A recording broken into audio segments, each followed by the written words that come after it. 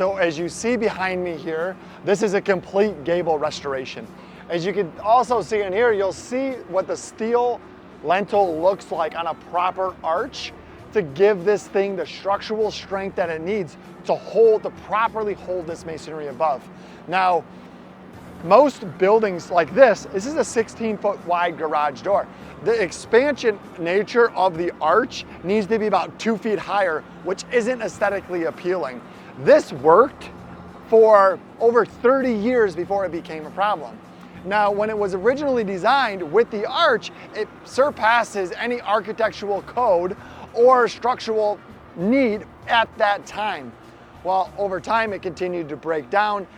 Different various factors caused this to create this problem. If they would have done it to begin with, it would have cost them a couple thousand more, but they could have dodged tens of thousands of doing it at this. They would have dodged tens of thousands of dollars and saved it.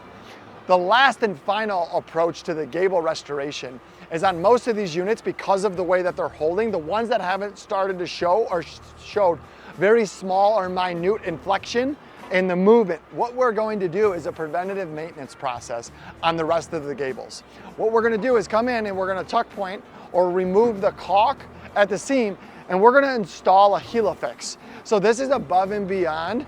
You're not going to really see a bang for your buck as a community. And what that means is I'm going to do a $1,500 repair on these gables that's going to save you a $10,000 to $20,000 repair in the future. And every 2 square feet, we're going to install a helifix wall tie into the structural framing of the building. What this is actually going to do is it's going to give the self-supporting arch a little bit of breathing room, per se. And it's going to allow the pressure to be held up by the upper masonry into the wood structure rather than just pushing down on the weight because of the lack of wall ties. These are called retrofit wall ties. When we get done with that, we're gonna seal the wall again with a siloxane-based sealer, and that's gonna allow any water to not penetrate in, but allow the water to beat up and not get to the steel behind there, erode and start the oxidation process on the steel, which allowed the wall to buckle and bow out. So if you have a community like this, commercial building, and you're having water infiltration, you're seeing cracks in your brick, your water is getting in your building, go to our website at brickworksmi.com or call our office today at 877 Masonry to get your free inspection. Nobody does it better than Brickworks.